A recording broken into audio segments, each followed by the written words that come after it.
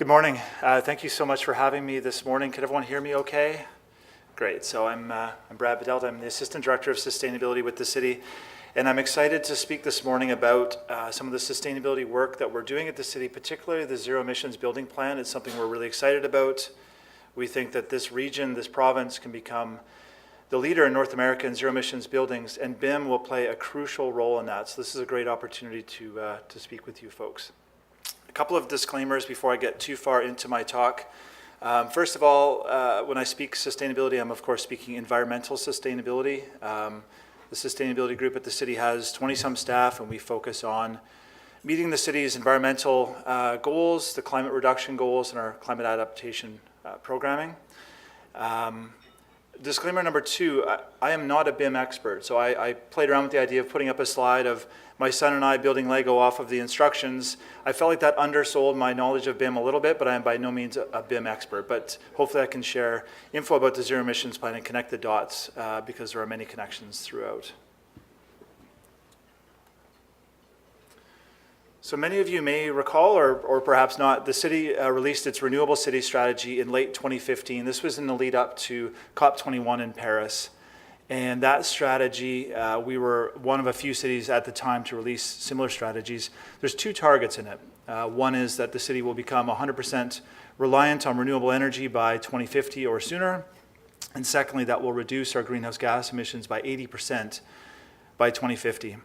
And I remember this moment because I spoke with friends around the time this was released, friends outside of my sustainability bubble. And what I heard was feedback that this was must be totally blue sky thinking, that this must be out there in terms of, I had questions, does Vancouver have enough square footage to hold all these wind turbines and solar panels that would be required to achieve this? So there was clearly misunderstandings about what constitutes renewable energy, but I think people also just saw it as pie in the sky at that moment in time.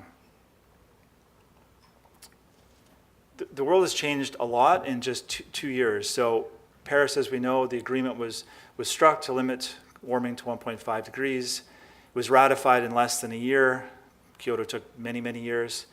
Virtually every country has signed on to it, and a number of cities have since signed on to 100% renewable commitments. So when you go through this list, I'll say there's kind of the usual suspects in the initial bit there. Victoria, BC, congratulations to Victoria.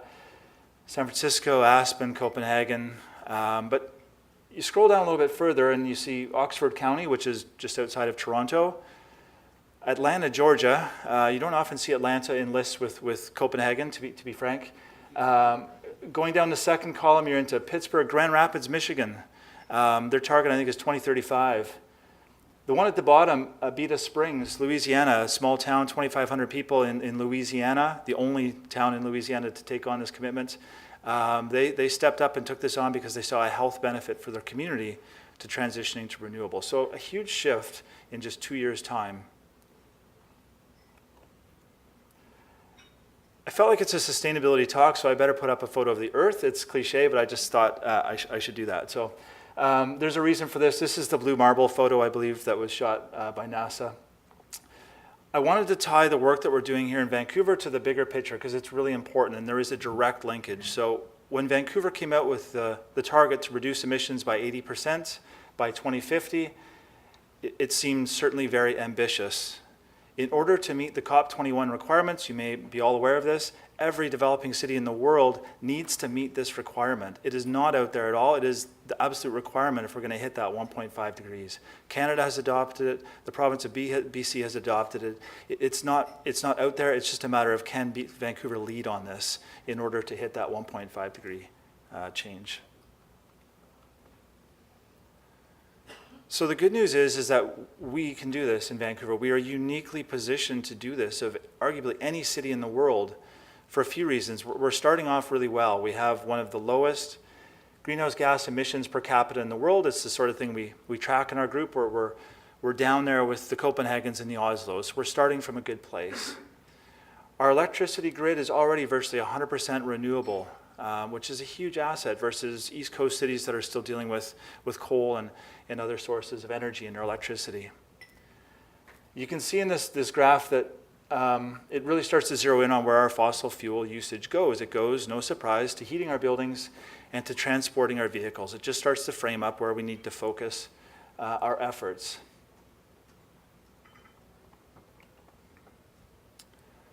So 50% of the carbon emissions from Vancouver are from our buildings. So this is where you folks come in. It is by far the largest slice of the pie for greenhouse gas emissions in Vancouver and in most major centers.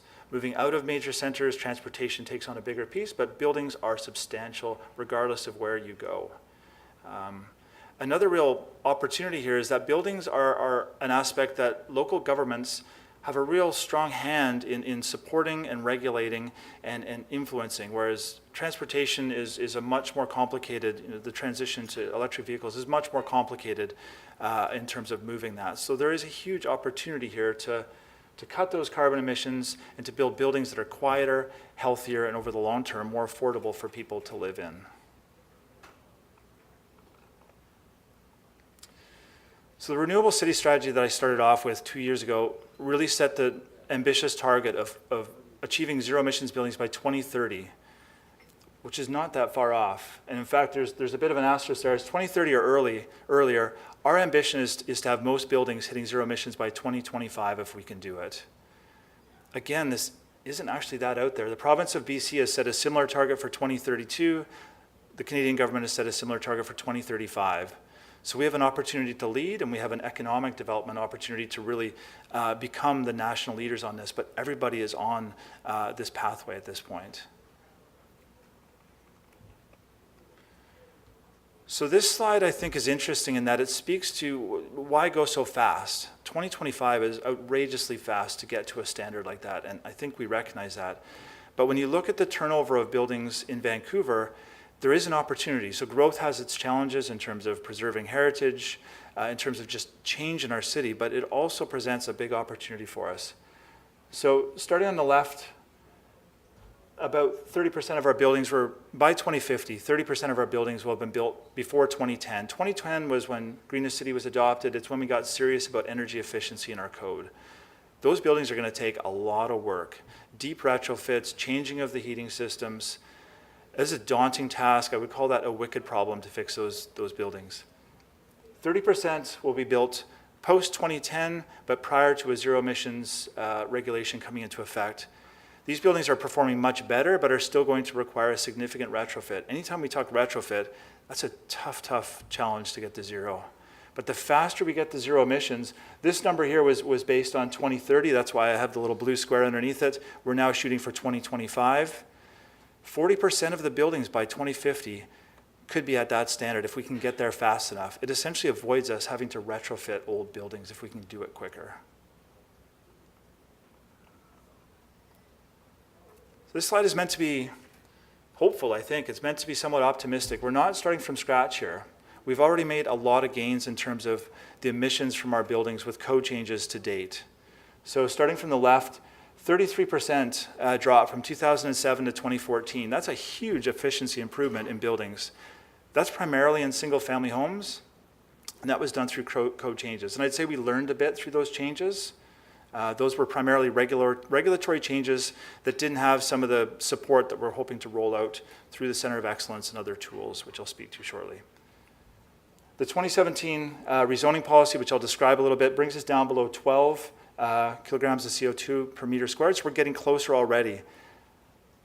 So we're tracking down already. It's really how do we continue that, and we're undeniably getting into the tougher stuff now. I'd say we've knocked off kind of the easy stuff. We're getting into tougher stuff, but we are on a trend at this point. This slide, I think, is interesting. It surprises people. So people have a sense that Vancouver is primarily high-rise development, and I can see that. When you're disrupted by construction driving through downtown, it's always a high-rise. Even today, single family represents a big chunk of construction in this city, and it doesn't connect to BIM, but it's just worthy of noting that single family is still almost half the construction by square footage in Vancouver. That will change over time. As we densify, that's going to decrease, but it's worth noting that it's there today. 10% is low-rise, 28% is the high-rise tower construction that we're seeing, and then commercial, and I believe that includes institutional, is the last 18%. We've seen innovation in commercial, I think, happening for some time now. I think owners and tenants are demanding it. People recognize the connection between productivity and a good building. People want to market that building to their tenants. So I think commercial has been progressing quite well in terms of its innovation. The taller high-rise stuff has not. There hasn't been that marketing ability with high-performance tall buildings, and so there's a real innovation gap in probably 38% of that circle, the low-rise and high-rise residential. There's a huge opportunity for BIM there. We need to have BIM if we're going to hit the targets, particularly on those built forms.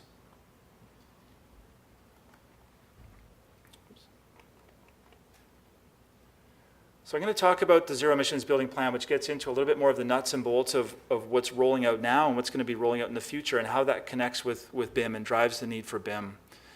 So the plan that went to council in 2016 was modeled off of examples we've seen elsewhere. Brussels is one that it was modeled off of, and I'll speak to that towards the end of the slide deck. But it really has 4 components. One is regulation. But it's a little different in 2 ways. One, we've regulated in the past, but we've tended to regulate in isolation. We come out with a new code change and that's it.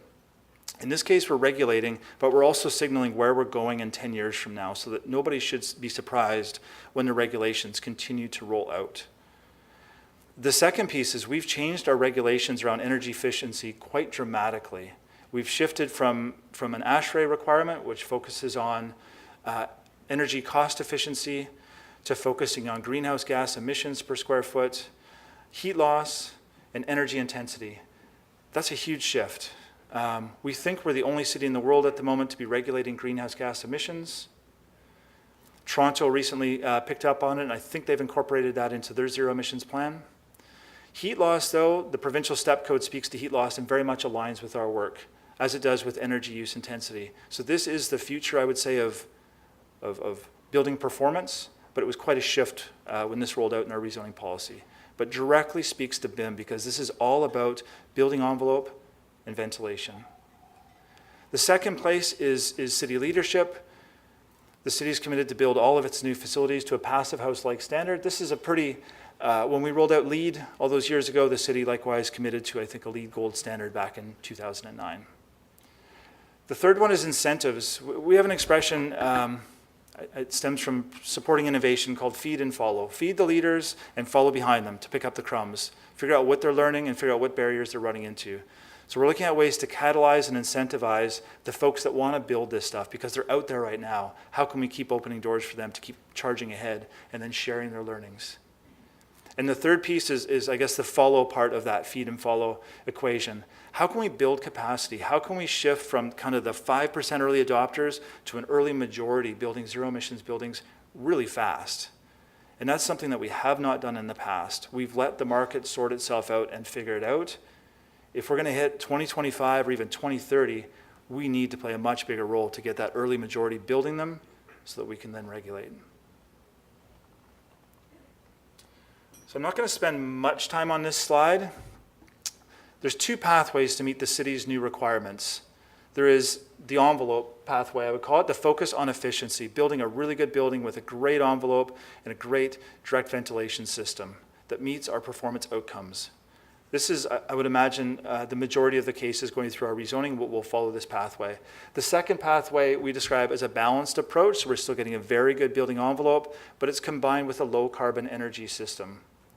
So we're allowing technology where it makes sense to do so. In certain built forms, in certain locations, it just makes sense to use technology to meet the outcomes.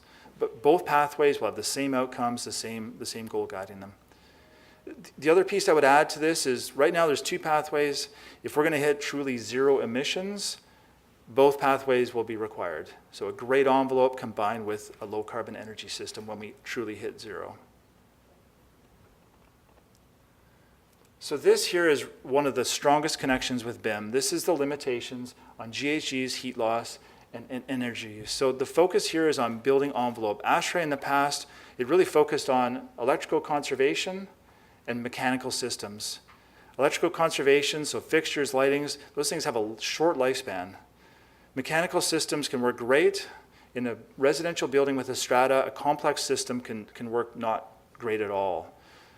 This process here is going to bake in a really good envelope into that building, really good windows. That's the stuff that lasts for 50 years in a building. So we're setting that building up for success. But what it's going to require is energy modeling. It's going to require a good air barrier. It's going to require good construction coordination. It's likely going to require prefab construction. All this stuff links directly with BIM. It's going to be highly unlikely on the high-rise buildings that developers will be able to hit our requirements without using BIM and using it in a more comprehensive way.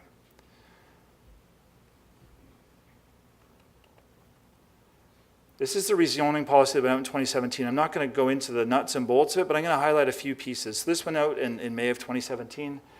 It has the limits in place now. Those limits are much more stringent than our code. I believe it's more than 50% more stringent than code. We typically lead with a rezoning requirement, and then we follow with code a few years later. That's our typical process. Rezoning captures about half of the development applications in the city, typically the higher, bigger ones. The second piece is we now require embodied energy to be reported. We're the only city in North America to do this, the first city to do this, and I'll speak more about it, but this is the future, the next step of where we're going with buildings. As energy use comes down, embodied energy becomes much more important, and again, there's a good BIM linkage with that. Enhanced commissioning, so we're borrowing really from the last version of LEED here, but commissioning continues to be an important piece of the rezoning policy. The air tightness, I'll give an example shortly, but air tightness is becoming really, really important. And at the moment, our understanding is it's not necessarily well coordinated through the construction. A lot of people touch the air barrier. Energy system sub-metering and reporting. This is kind of dipping our toe into benchmarking is what this is getting at. So buildings that go through the rezoning process will require sub-metering. They'll be reporting out under energy usage. It's that sort of information that we can feed into our center and share with folks like yourselves in terms of what's working and what's not when these buildings actually get running. There's a number of other requirements. What we've done is essentially borrowed the stuff from LEED that we found was still valuable, but really focused on the stuff that we think is critical for achieving our goals here. Sorry.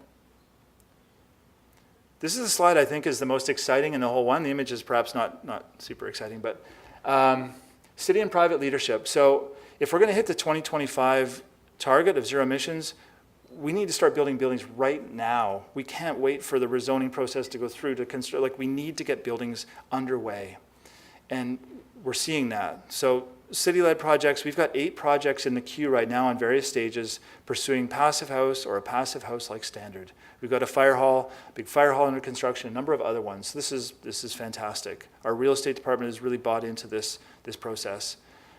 It's the second number, though, that's really exciting. So since the rezoning policy came into effect last May, 6 of 29 applicants, 20%, are voluntarily pursuing the passive house standard. They're saying, we have to hit this energy performance requirement anyway. In the rezoning, let's just go all the way and do passive house. This is huge for us.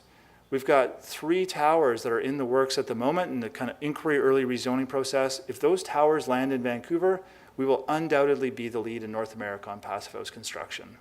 So it's exciting to see, again, those early adopters are running with this already. And over 1 million square feet currently in permitting, and we've had some construction as well already on this. So it's just to emphasize, like, this is happening already. This isn't futuristic, it's underway, the change is happening. So a glimpse in the future. This is the building built at Cornell, the tallest passive house building in the world to date. It's 26 stories high. It generated quite a bit of buzz through its construction and completion. A few takeaways from this project. So building envelope, again, is critically important on this. There was a lot of use of prefab. Prefab wall assemblies were critical to this building, and I think they will be for virtually any high-rise that's going to hit passive house. The second thing we heard from the folks at Cornell is that the air barrier was a nightmare. The air barrier testing, the air barrier, even the taping with different surfaces, cold weather, warm weather, all the different trades touching that air barrier, ensuring that it was performing as it should be was a nightmare.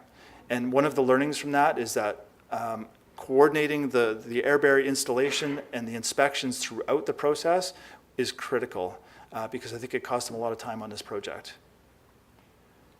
A second example, a little closer to home, very close to home, passive house project. They brought in an HRV system inducting from, I believe, from Europe. BIM model wasn't fully connected, and it turned out that the ducting did not fit well within the building itself. It took a lot of cutting of drywall and a lot of jigging to get the ducting into space. It's that sort of thing where BIM could avoid that. BIM could coordinate that and avoid a lot of headaches. And so I think the early adopters are seeing that, and I'm sharing it right now, and I think through what we want to create with the center, it's an opportunity to share these lessons that people are learning already.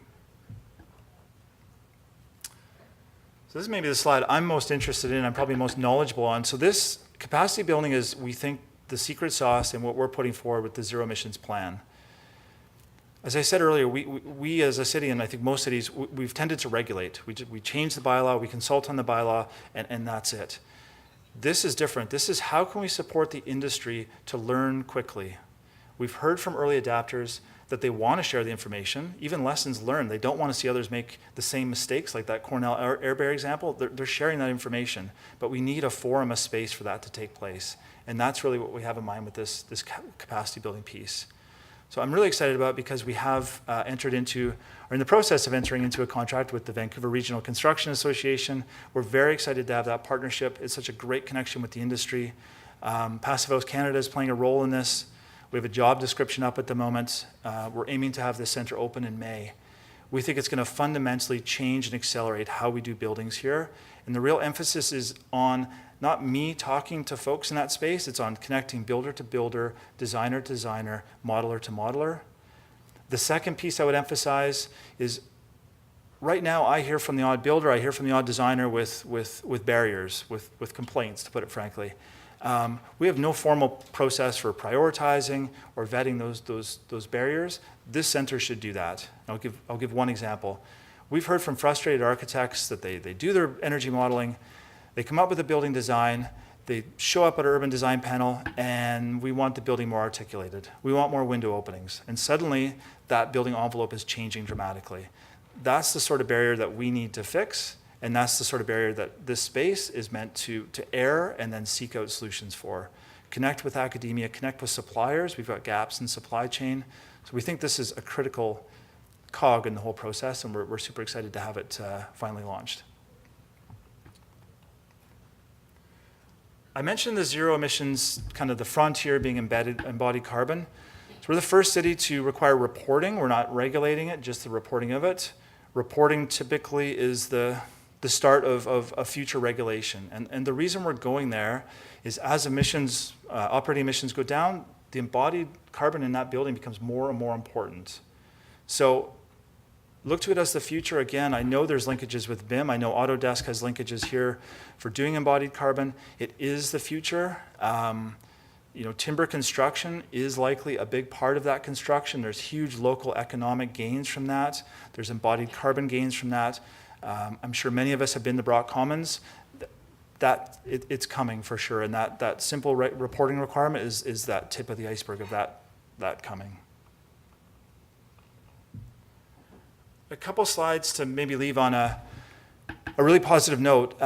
This one is to say that this has all been done somewhere else, and we see this a lot in sustainability. It's both hopeful and frustrating. I'll use the electric bus example. It's my personal frustration. There's a city in China, Shenzhen, that has 17,000 electric buses. Their whole fleet is electric buses. We don't need innovation here. We just need to do what they're doing over there here. In this case, there's a bit of a roadmap as well for buildings. So many of you may have heard the example of Brussels. Brussels in the early 2000s had one of the worst, if not the worst, building code in all of Europe in terms of energy efficiency.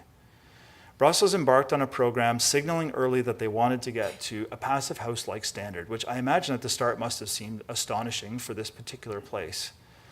But they rolled out a program that I think has some really important ingredients. One, they had a big pot of money, which we can't replicate, but they did have a big pot of money that incentivized near zero emissions developments, but they did it in a really interesting way. They rolled it out through a competition. And the competition wasn't all about energy performance.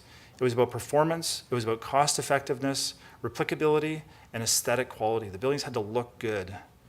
So they handed out a lot of money through this competition over a number of years, hundreds of buildings. It built a lot of prestige for these buildings, and it changed the perception from these are ugly buildings to these are really high prestige, beautiful looking buildings that can do a lot of different things. They also made sure that when they gave out the money, there was strings attached to it. So the developer didn't just go off and build a building and that was the end of the story. The developer had to host tours, technical tours, public tours. The developer had to share information through publications. The developer had to have ribbon cuttings where people could come out and celebrate them. There was a whole bunch of strings to ensure that the learnings of those developers and builders and designers was shared with the market. And there was a little bit of competition built into it as well in terms of one-upmanship from building to building. So those ingredients of signaling regulation early, incentivizing, and carrying the learnings to the rest of the community seems like it's the key ingredients to really leverage quick change. And they were actually successful in getting to a pass-fail standard in about 8 years, which is really remarkable. And if we could do that ourselves, it would be fantastic. And we're arguably better positioned than they were in the early 2000s to do it. Sorry, I keep doing that. The last one is to say, it's a quote, if you can guess who it is. Well, I don't know if I'll buy you lunch, but good on you if you can guess who it is. We overestimate what we can achieve in 1 year, but we underestimate what can be done in 10. I would say in sustainability, we're certainly guilty of this, but it's remarkable when people or groups or in this case, a region stay on a path, how much dramatic change can happen in 10 years. The quote's from Bill Gates, who has definitely generated some dramatic change himself. I mean, Falls Creek is a classic example. 80s to 2000s, the change is unbelievable to the point where we're now considering swimming in Falls Creek. I'm not, but many people are. It's remarkable. And I think if we look ahead at 2028 and think where this region could be, where this industry could be, it could be dramatically different than it is today. And we need to start thinking that way now rather than focusing on sort of the short term with this. So thank you very much for having me. I'm really excited to be here and happy to answer any questions. Thank you.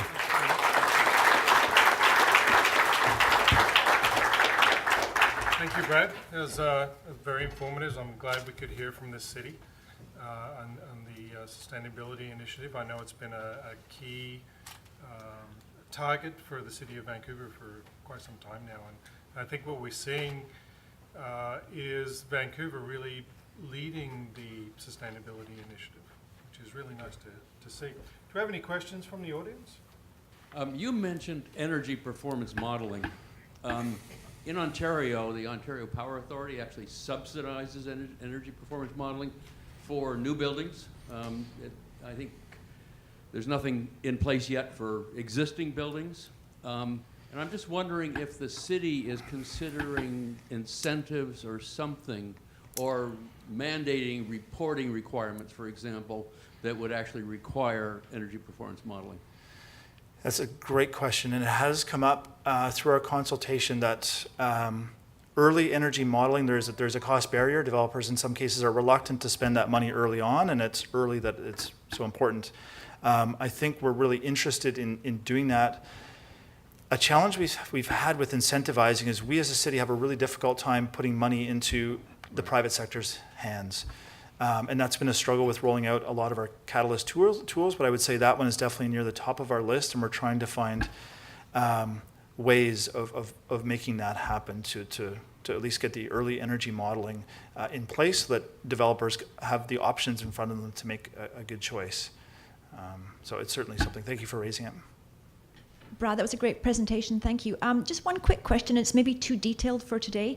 Those 6 of the 29 applications that are currently in the pipeline, do you know if they're residential or non-residential, meaning residential or commercial, just out of interest? I believe they're all residential, Fiona. Okay. At the moment, yeah. Okay. Thank you. Great. Thank you. Just wanted to clarify that. I would add the city's facilities, of course, are primarily non-residential, so there's a whole bunch of institutional examples coming down the pipeline. And I should also add BC Housing and other public entities are following a similar path. So it's not just the city, it's other cities around the Lower Mainland and Southwest BC, probably across BC, BC Housing and others. All right. Thank you, Brad. Great. Sorry. Thank you very much. Thank you. That was excellent. Awesome. If there's some digital infrastructure plan to have all of that, the data that you require, come into a central place so it can be part of the digital city model? Yeah, that's a good question too. So the Center of Excellence will absolutely have a very prominent digital aspect to it. We have one of the partners is the Open Green Building Society, who specialize in sharing information digitally.